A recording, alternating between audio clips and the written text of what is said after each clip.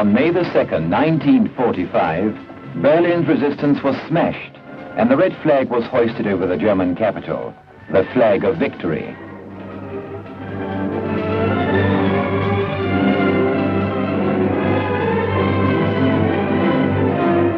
Berlin had capitulated. From their holes and hiding places, the German generals emerged, like beasts ferreted out of their lairs. Whole divisions, regiments, field police battalions, all the remnants of the defeated and shattered German army laid down their arms.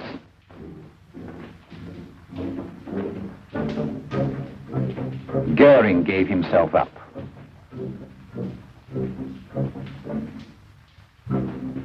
Keitel surrendered. Dönitz was caught.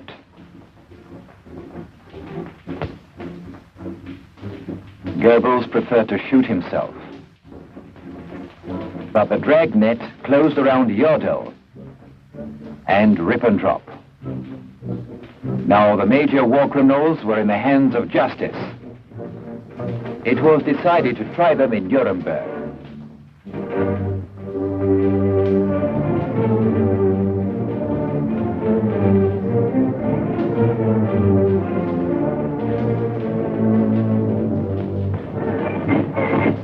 Nuremberg, once the cradle of German fascism.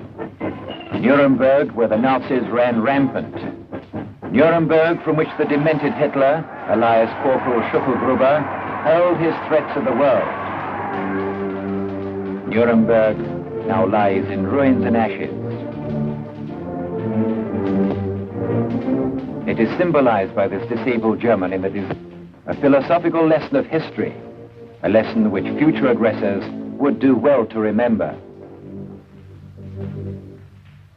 For the aggressors of yesterday are now in the Nuremberg prison, awaiting the decision of their fate.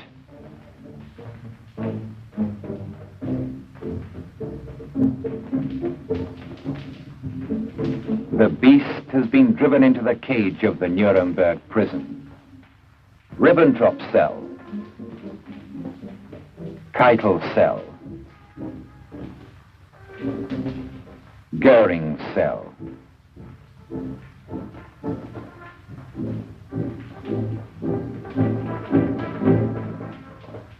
Only yesterday the beast was still raging at liberty. It was from Nuremberg and from Munich that the Nazis began their marauding march. Only to finish up in the prison of Nuremberg. This is their last march. Their march into the dock.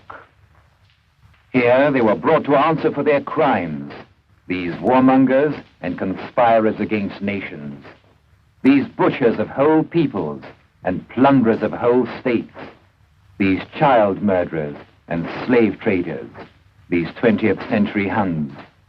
For all this, they must now answer.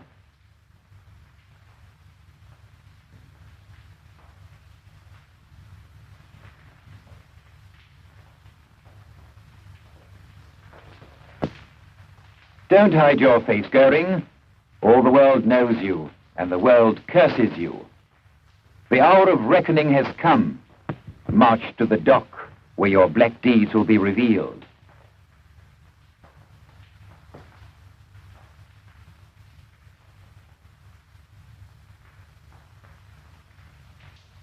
Soldiers of the Soviet army, they have come from Stalingrad to stand guard in Nuremberg.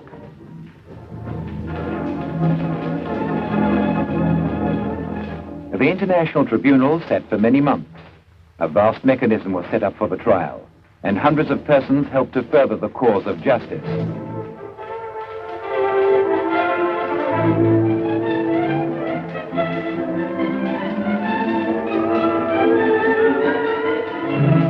The courtroom in Nuremberg.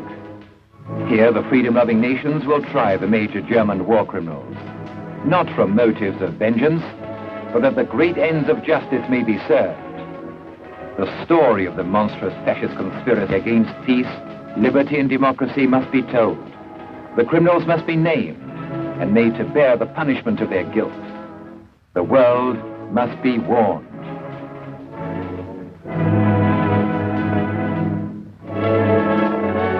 full library of damning documents was assembled by the prosecution.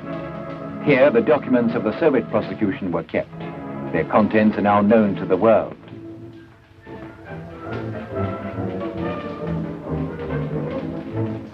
The laboratory, where thousands of photostats were made.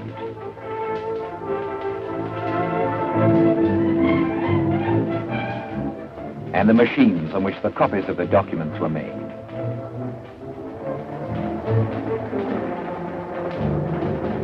Here the works of the Nazi leaders were gathered. Never before, perhaps, had such frenzied and bloodthirsty ravings come off the printing presses.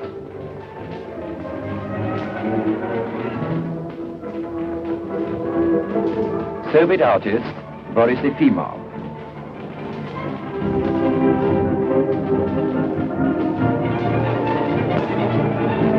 And the Kukreniksi trio, whose ruthless pencils had already exposed and pilloried the criminals in their caricatures.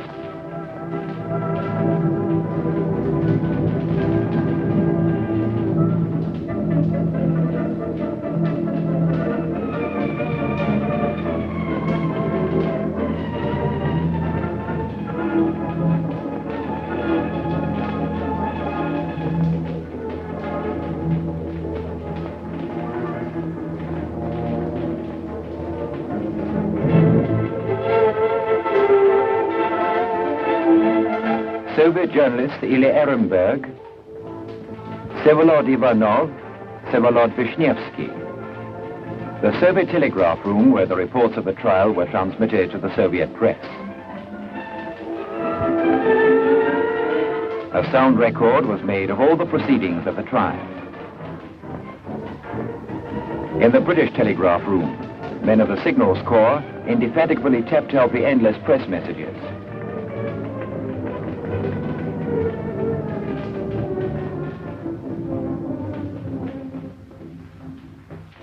Photographs of the trial were radioed to all parts of the world.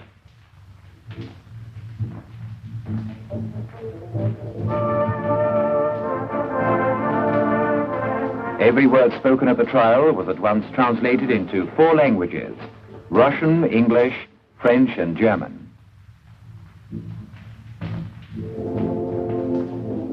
The world listened with strained attention as the trial unfolded.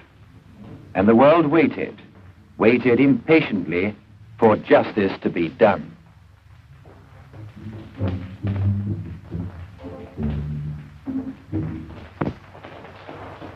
The trial was held in the Nuremberg Palace of Justice, a building that seemed to have been deliberately saved from the ravages of war in order that fascism might be tried. The court is coming.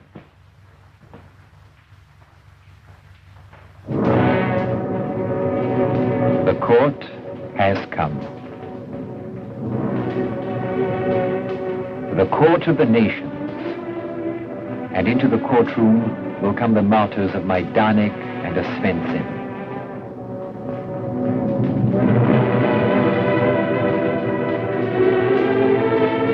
From the ditch of Kerch, the dead will rise. They will rise from the graves. They will rise from the flames, bringing with them the acrid smoke and the deathly odor of scorched and martyred Europe. And the children, they too will come, stern and merciless. The butchers had no pity on them. Now the victims will judge the butchers. Today, every drop of spilt innocent blood will speak for itself. And every wrinkle will call for retribution. Today, the tear of the child is the judge. The grief of the mother is the prosecutor. Oh, what a long and painful road judges and prosecutors had to plod to reach this courtroom. Before fascism could be tried, it had to be vanquished. Hitler's countless hordes swept on, seemingly irresistible, until the Red Army struck and struck again and emerged victorious. Through horror and death came the victors, judges, and prosecutors. The wounded, leaning on their comrades, pressed onward. The dead, before they dropped, bequeathed the call for retribution to the living and marched on, invisible in the ranks of the living. In the forests of Belarusia, the guerrillas joined the soldiers. Across Yugoslavia's mountain summits came Tito's dauntless warriors. Living and dead have come here to judge. They sit invisible in the courtroom, but the criminals see and hear them and tremble. The hour of reckoning has come.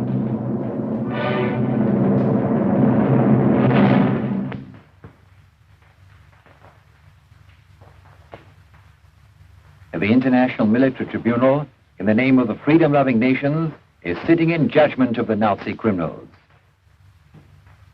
Chief Judge for the Union of Soviet Socialist Republics, Major General Nikitchenko. His deputy, Lieutenant Colonel Volchkov. Chief Judge for the United Kingdom, Lord Justice Lawrence. His deputy, Sir Norman Burkitt. Chief Judge for the United States of America, Francis Biddle. His deputy, Parker. Chief Judge for the Republic of France, de Fabre. His deputy, Falcoff. The court is presided over by Lord Justice Lawrence. Among the distinguished visitors, Vyshinsky, Deputy Foreign Minister of the USSR, and Gorshenin, Soviet Prosecutor General.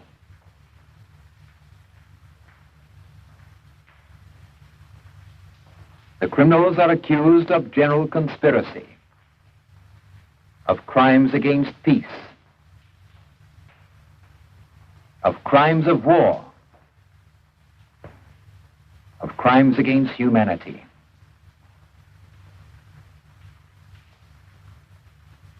The prisoner's dock.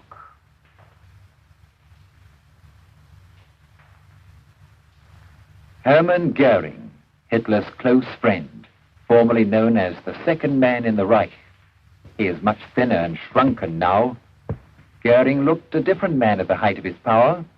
He was sleek and obese then. It was his airmen that bombed Warsaw, Leningrad, and London.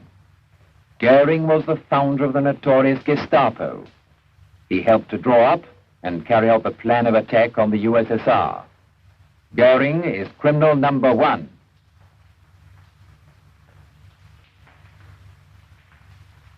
Rudolf Hess, leader of the Nazi Party and Hitler's deputy. He summoned the Germans to prepare for war. Guns instead of butter, he cried.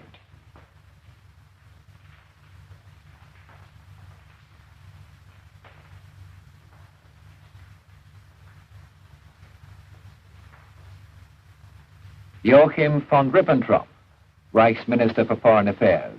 With the cunning of a fox, he was a past master in international intrigue. He was always ready to vow eternal friendship, for there was not a vow he did not violate, nor a nation he did not betray and betray again. He was the right and left hand of the warmongers. Wilhelm Keitel, commander of Germany's armed forces. I am just a soldier, he says, trying to disavow his guilt. But this is not the face of a soldier. It's the face of a hangman and butcher. His uniform is stained with the blood of disarmed and defenseless people.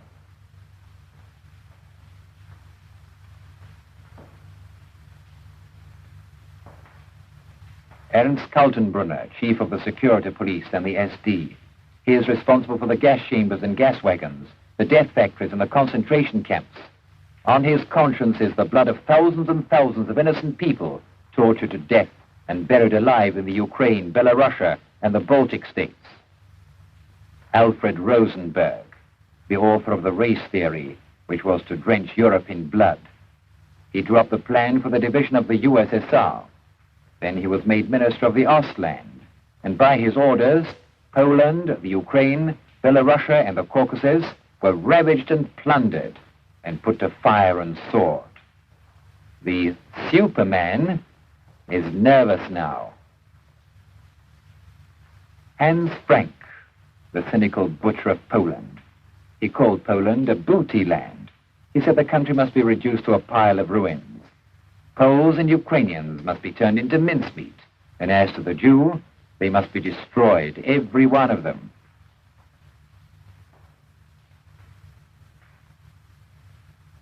Wilhelm Frick, Reichsminister of the Interior and protector of Bohemia and Moravia, a snarling, vicious jackal, now caught by the tail and locked in a cage. Julius Streicher, editor of the Stürmer, one of the vilest news sheets in the world, Jew-baiter, preacher of anti-Semitism, corrupter of youth. He proudly called himself Jew-hater #1. Walter Funk, he was one of Germany's economic bosses. He supplied the means to run Hitler's marauding war. And the war supplied the means to line the pockets of Funk, Krupp, and the other German bankers and industrialists. Hjalmar Schacht, he directed the finances and the economy of the piratical Nazi state. Grand Admiral Dönitz, chieftain of the Nazi pirates. His wolf packs sunk unarmed ships and neutral vessels without warning. When Hitler saw that the game was up, he entrusted Dönitz with the task of saving the Nazi ship. But the ship went to the bottom, and Dönitz is now in the prisoner's dock. Erich Raeder, he and Hitler conceived the idea of wiping Leningrad off the face of the earth.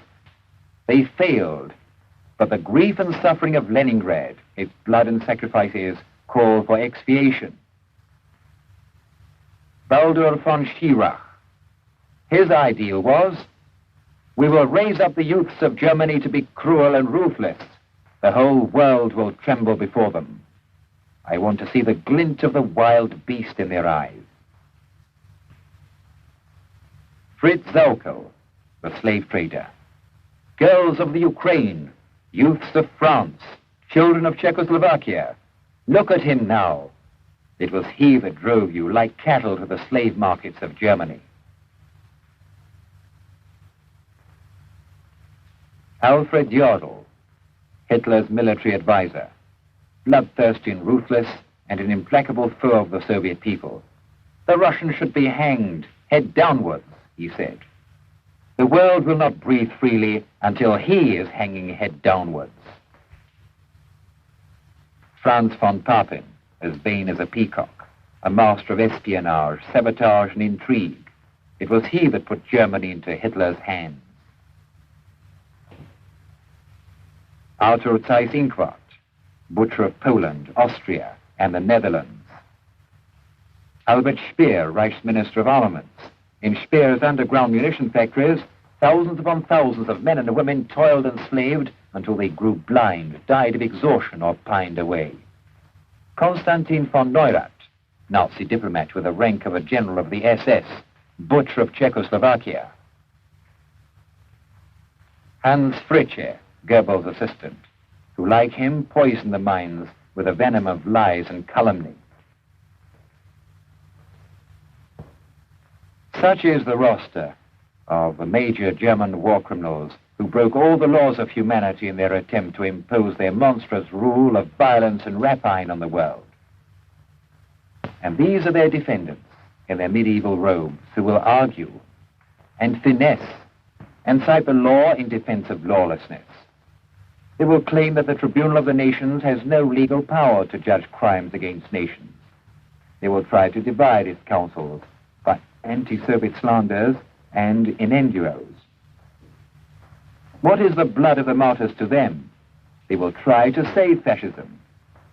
This is fascism's last line of defense, but it too will prove futile.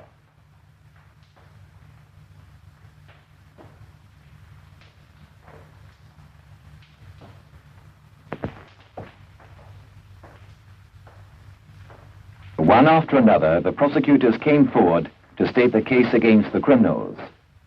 The first to speak was Robert Jackson. In the prisoner's dock sit 20 odd, broken men, reproached by the humiliation of those they have led, almost as bitterly as by the desolation of those they have attacked. Their personal capacity for evil is forever past. It is hard now to perceive in these miserable men as captives the power by which, as Nazi leaders, They once dominated much of the world and terrified most of it. We will show them to be living symbols of racial hatred, of terrorism and violence, and of the arrogance and cruelty of power. They are symbols of fierce nationalism and of militarism, of intrigue and war-making, which have embroiled Europe generation after generation, crushing its manhood, destroying its homes, and impoverishing its life. Civilization can afford no compromise with the social forces which would gain renewed strength if we deal ambiguously or indecisively. Step by step, the prosecution unfolded the story of the Nazi conspiracy against peace and humanity. The early days of Nazism. The first stormtroopers. You have forgotten this, Rudolf Hess. You are suffering from loss of memory. One moment, we will help you to remember.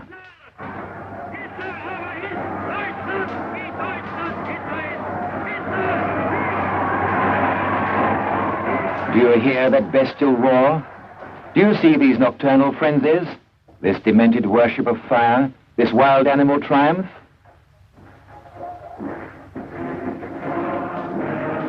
You remember now, Hess. But there were obstacles in the way of the fascist beast. Man and his ideas and ideals. Culture. Books. And so the books went hurling into the flames. And the savages danced and sang. Suppose the world does lie in ruins. To hell with it, we say. Tomorrow the whole world will be ours, as Germany is today.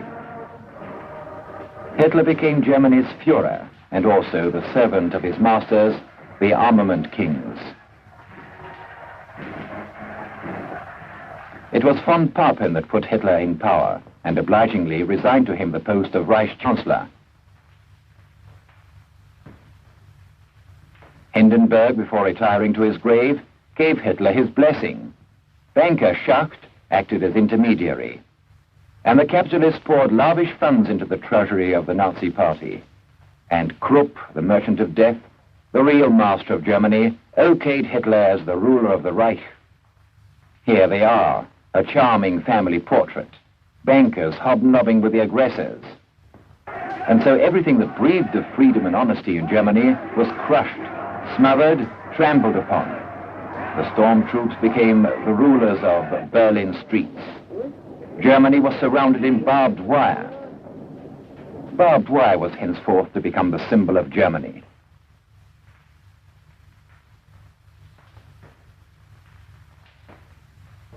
February the 8th was a big day at the trial. The courtroom was filled to overflowing. Not a single seat was empty.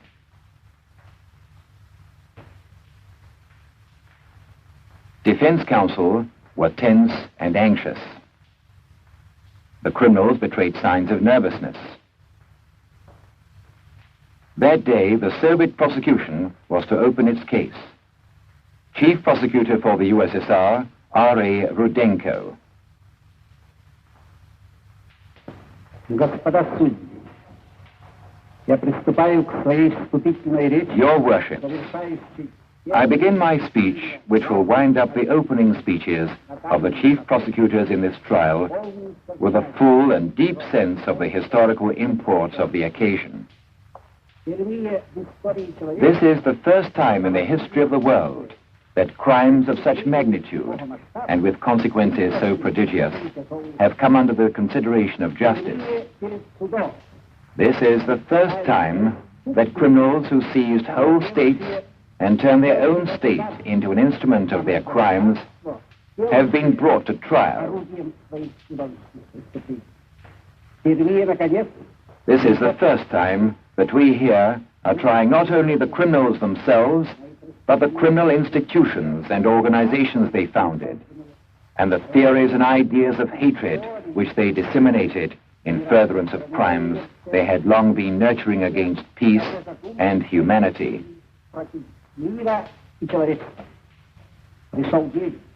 The day has come when the nations of the world are demanding stern retribution of the Nazi butchers, are demanding the stern punishment of the criminals,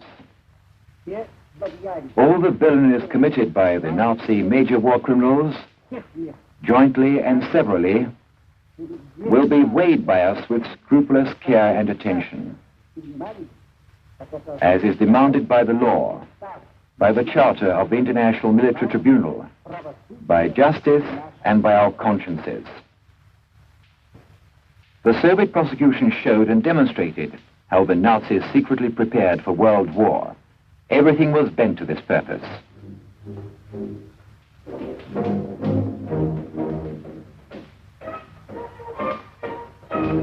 Von Schirach's puppies playing with toy daggers. These are still youths and only carrying spades, but these are already soldiers. And the German women are already rubbing their hands in greedy anticipation of the parcels to come from the east. These are only dummy houses. These are still peaceful Germans. But the muzzles of the guns have already been raised. Wars of aggression are begun by treaties of friendship signed by the aggressor's diplomats. Von Ribbentrop, that traveling salesman of death, wandered through Europe signing pacts of peace and giving instructions to his spies and fomenters of war. This is the original of the agreement concluded between Ribbentrop and Himmler for coordination of espionage work. This is a letter from Kaltenbrunner asking Ribbentrop for 1,000,000 tumens for espionage activities in Persia. And the ink on the last pact of non-aggression was hardly dry when the German hordes were already on the march.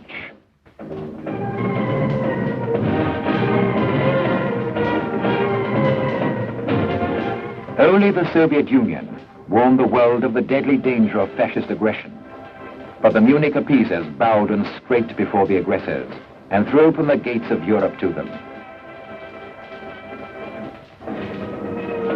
Hitler and Keitel set about refashioning the map of the world.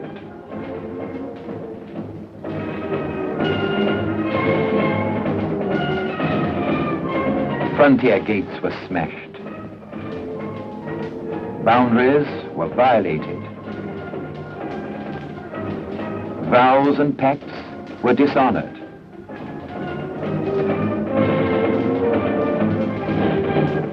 And the brown plague began to spread through Europe.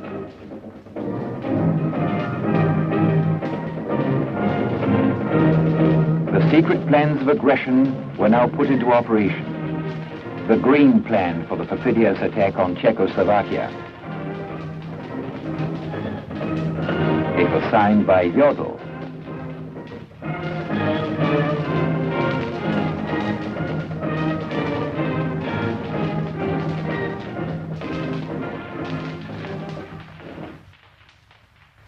The Soviet prosecution at the trial exposed the way the World War was prepared.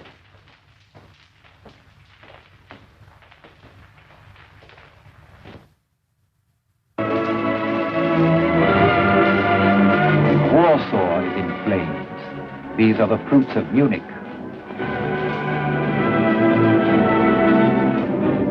Germany's panzer forces invaded country after country. Unprepared for war and deceived by their own governments, European capitals surrendered to the Huns.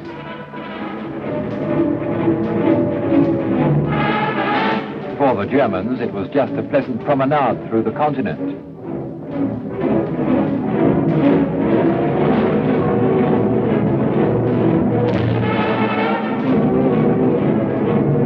Here we see them entering betrayed Paris, betrayed by Renault and Daladier. The sufferings of German-occupied France were recounted by the French prosecutor.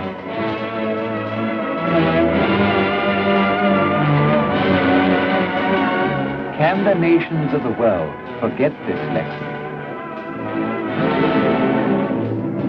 The German marauders were active on the high seas as well as on land. The British prosecutor, Sir Hartley Shawcross, told of this in detail.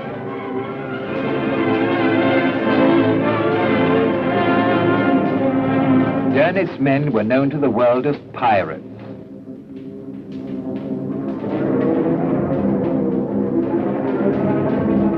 U-boats began applying their wolf-pack tactics. They carried their piratical activities even into neutral waters.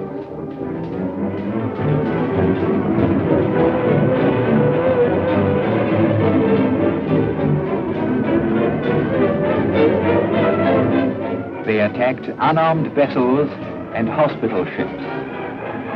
Here is a torpedoed ocean steamer, and not a man of the crew will escape. For Derni's orders are not to pick up survivors, and the drowning are left to their fate.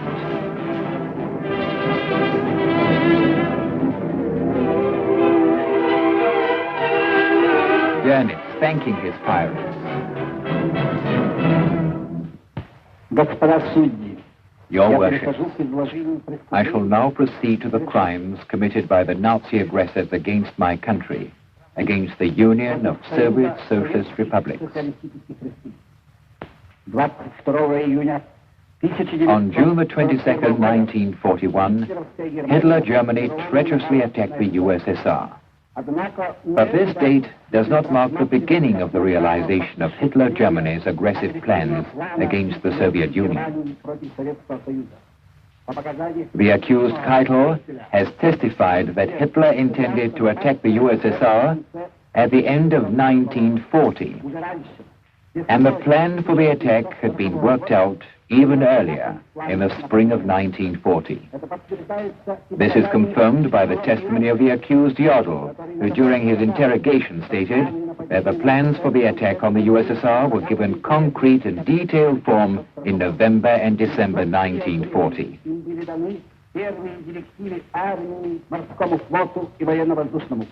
Jodl is referring to the document known as Case Barbarossa.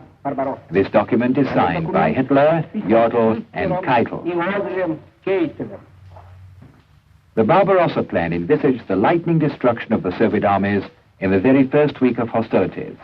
The main blows were to be delivered against Leningrad, Moscow, and Kiev, and the objective was the Archangel-Astrakhan line. As the German General Staff conceived it, when the German armies had reached the Volga, the Soviet Union will have been completely demolished. The aggressors were tantalized by the unbounded expanses of our country. Their eyes had long been fixed on our land, our oil, our coal, our natural wealth. In the early hours of June the 22nd, 1941, without declaring war and without any excuse for war, the Nazis fell upon our country.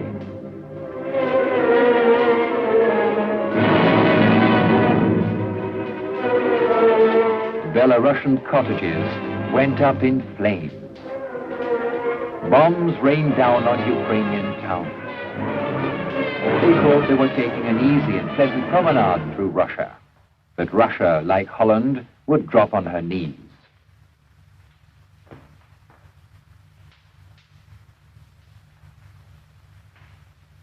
Alfred Rosenberg had his plan ready for the dismemberment of the USSR. This is Rosenberg's signature. Hitler appointed Rosenberg Reichsminister of the occupied Eastern Territories. Rosenberg's plan was to liquidate the USSR as an independent state, to deport the Russians to Siberia. The Baltic states were to be Germanized. Belorussia was to become a German province, and the Ukraine a German colony. The Germans were to lay their hands on the oil of the Caucasus. Rosenberg made the plans.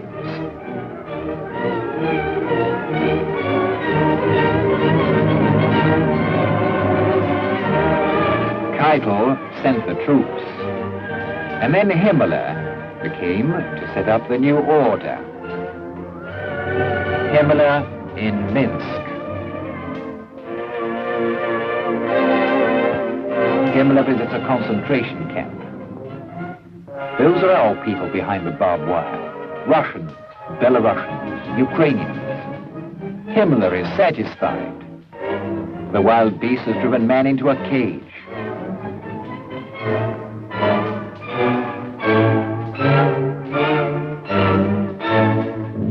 Himmler gloating over the ruins. This was Minsk before the war, before Himmler came. Those were our towns, in which our gay and intelligent youth lived, studied, laughed and played.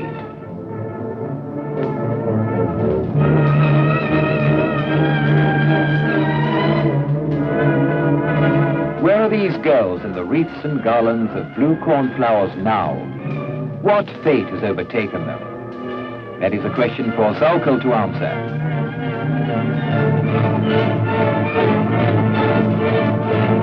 Soviet prosecutor Alexandrov questions Zalkel. Accused Zalkel, will you tell us definitely how many people from the occupied territories were carried off to slavery in Germany? I will name the figure, gathered from your own documents. 9 million. Do you admit that figure? 1.576.000 Kriegsgefangene. Zalkel twists and squirms, lies and contradicts himself. But here are the facts, taken from German documentary films. Hitler said, Germany needs slaves, many slaves, and the slave trader came for the goods.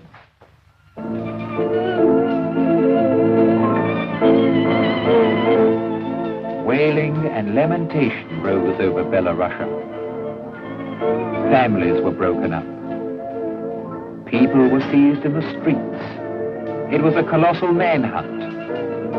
Men, women and children were driven along the roads, packed into railway trucks, and flowed in a never-ending stream to the slave markets of Germany, to unbearable toil and early death.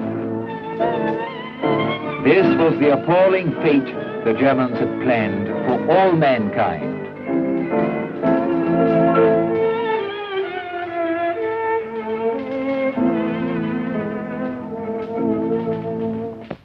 The story of the way the Nazi invaders plundered the occupied territories was told by the Soviet prosecutor Sheinin. Goering, by virtue of the position he held in the Nazi government as Vice Marshal and director of a 4-year plan, was the man who headed the whole criminal system of plundering the occupied territories. This document is entitled Instructions for Economic Direction, otherwise known as the Green Folder. Parts of this green folder have already been submitted by my American colleagues. The Soviet prosecution submits it as Soviet document number 10. It is a plan methodically worked out by the Germans in advance for the spoliation of the occupied territories. Here is the green folder in action. I intend to rob, and to rob effectively, Goering said. And he did rob everything he could lay his hands on. Coal, oil, ores, grain, raw materials. Trainloads of stolen... I ask you, said Rudenko to Goering, were the instructions you gave at this conference anything else but a demand for the ruthless plunder of the occupied territories? What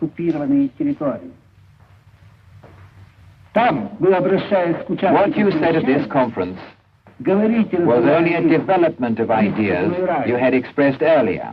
You have been handed a document. On page 119 of the German text, you will find a paragraph marked with a red pencil. Have you found it? Very good. Now follow me.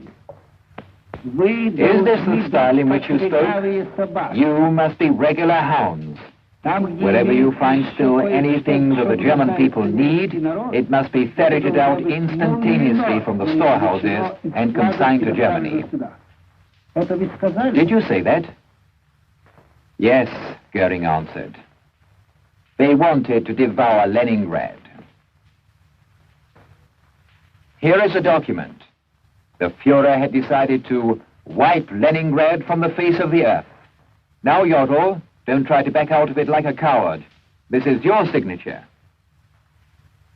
Jodl is questioned by the British prosecutor, David Maxwell Fyfe. Like all the criminals, Jodl tries to deny his guilt and to blame it all on the Fuhrer. But he cannot deny that he and Hitler wanted to grip Leningrad by the throat and strangle it.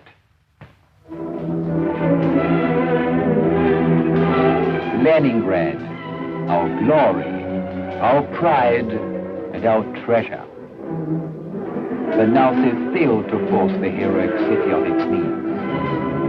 And so they conceived the idea of besieging it and stifling it in the news of famine.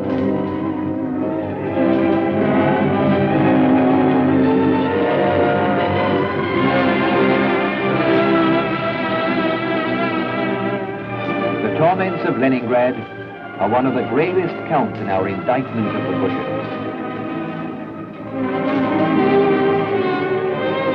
Soviet prosecutor Roginsky charged the Nazis with vandalism.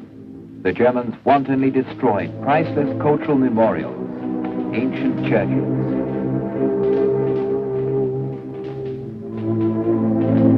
They shelled the Hermitage, one of the world's treasure stores of art.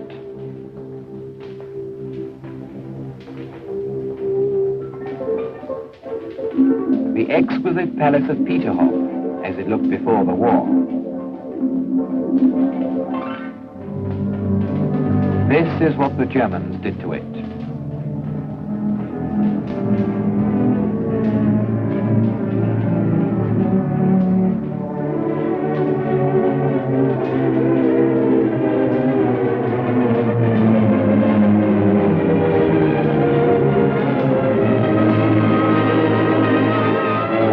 They would have reduced the whole world to ruins, these barbarians, to whom nothing was sacred or precious.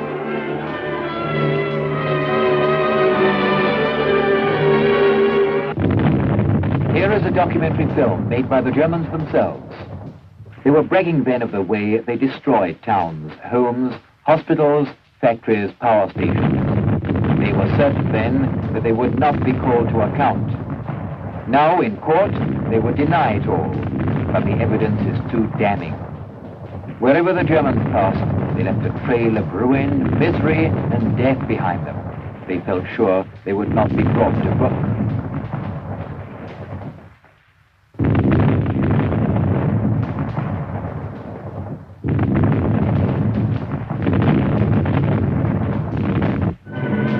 Kill everyone who is opposed to us, Goering cried. Kill, kill. Not you will answer for this, but I. Oh, you're feeling the rope around your neck already, Goering. Yes, you will answer for this. Goering slaughtered and grew rich. These are some of the Hermann Goering factories. This is one of his estates. He was monstrously bloated then, bloated with blood.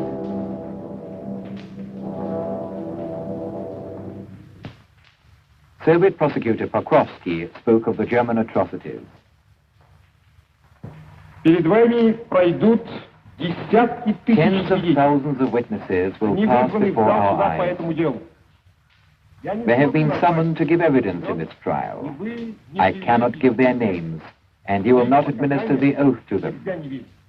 But their testimony compels belief, for the dead never lie. They are the martyrs of Rostov and Kharkov, the victims of the Nazi camps of extermination. Их кровь, The hands of the accused are stained with their blood. так пусть за мучеников. For all these martyrdoms, for all these indescribable atrocities which you will see, and for many others which will probably never come to light, Знает уже никто. the chief instigators of the Nazi felonies, the major war criminals, must be made to answer with all the severity of the law of international justice.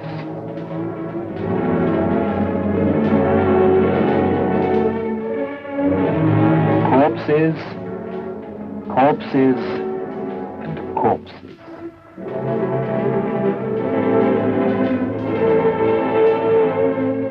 The pestilential exhalations of the fascist charnel houses poison the world. They slaughtered old folk and children, men and women, Russians and Poles, Norwegians and Frenchmen, defenseless civilians, and prisoners of war. They hanged, shot, burned, and asphyxiated. Death and extermination was their motto. Я спрашиваю вас в связи с этой I ask you, in connection with this resolution, подсудимый Кейт, did you, Keitel, who held the rank of field marshal and who repeatedly in this courtroom called yourself a soldier, did you, in September 1941, by this bloodthirsty resolution, sanction the slaughter of thousands of unarmed soldiers taken prisoner by your armies? безоружных солдат, попавших к вам в плен? Это правильно? Is this true? Yes, this is my signature. Keitel was compelled to admit. Yes, it was his blood-stained signature. The Nazis slaughtered people from all countries of Europe in their death factories. They would have turned the whole world into a Majdanek. Britain and Mexico and Canada would have become Dachau's if Hitler's hordes had not been stemmed and routed. Remember this: murder was a profession and an industry with the Nazis. They even turned death into a commercial enterprise. They did not leave even the corpses of their victims in peace, but cold-bloodedly turned them to account. They cut their hair from their scalps and sent it to Germany to be made into mattresses. See the sacks and bales filling these warehouses? How many women must have been slaughtered and scalped to fill them?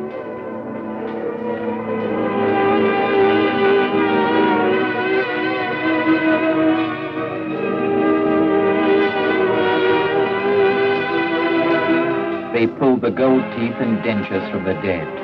The gold was sent to the vaults of the Reichsbank, into the treasure chests of Schacht and Funk.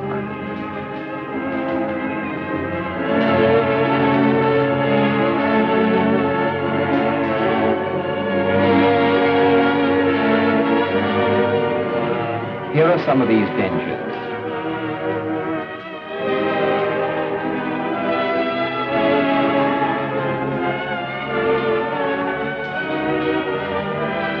Here are gold teeth already melted down into ingots.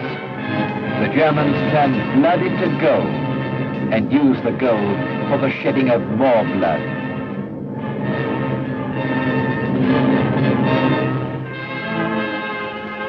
Here are rings taken from the fingers of the massacred. The Germans had a factory in Danzig where they extracted soap from dead bodies. This is the factory. The raw material. The soap made from human beings. This ghastly and damning evidence was presented by Soviet prosecutor Smirnov.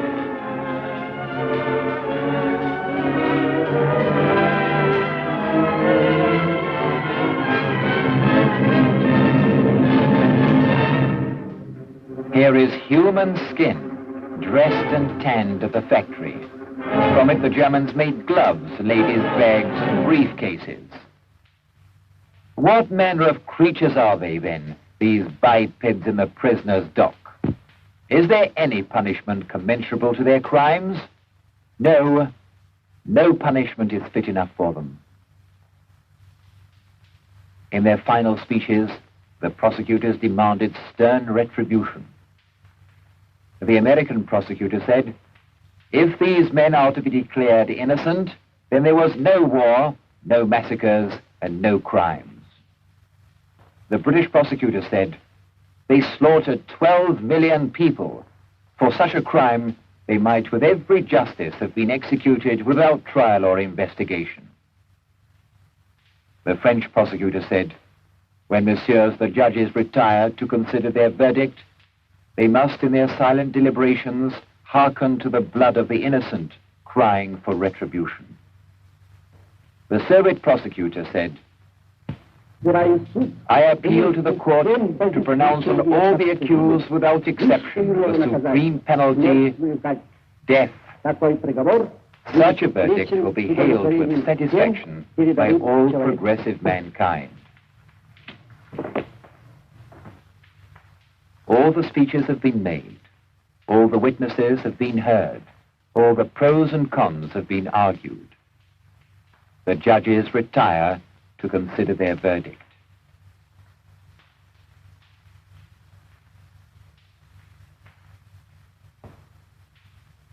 "10 months the International Military Tribunal sat. It carefully studied the countless evidence. It attentively listened to the numerous witnesses. It weighed the guilt of each of the accused in the scales of justice. And after mature deliberation, the judges pronounced their verdict.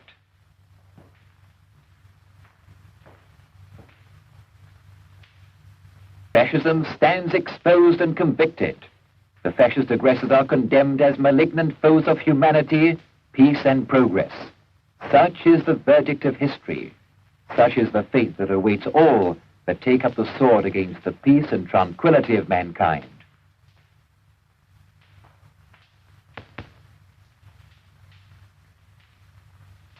The court passed sentence of death by hanging on Goering, Ribbentrop, Keitel, Rosenberg, Kaltenbrunner, Jodl, Frank, Frick, Saukel, Streicher, Seyss-Inquart, and in abstentio, Bormann. Sentence of lifelong imprisonment on Hess, Funk, and Raeder. 20 years imprisonment on Schirach and Speer. 15 years imprisonment on Neurath. 10 years imprisonment on Dönitz. Acquitted were Schacht, Papen, and Fritzsche. The SS, SD, and Gestapo were declared criminal organizations. The Soviet member of the tribunal, General Nikitchenko, entered a dissenting opinion. He requested it to be recorded in the protocol that he disagreed with the verdict passed on Schacht, Papen, and Fritzsche. They should be condemned, not acquitted. He disagreed with the sentence passed on Hess. It should be death, not life imprisonment. General Nikitchenko also disagreed with the tribunal's decision regarding the Reich's government, the General Staff, and the High Command. They should be declared criminal organizations.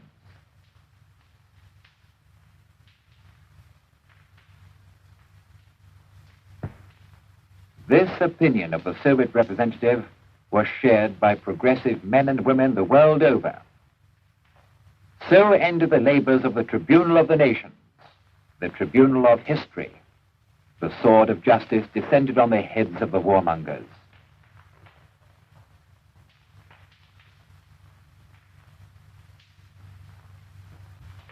On the night of October the 15th to 16th, 1946, in the prison of Nuremberg, the sentence was carried into effect.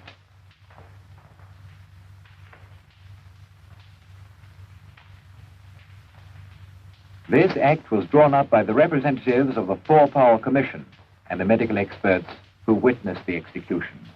It was signed by the representatives of America, the United Kingdom, the USSR, and France.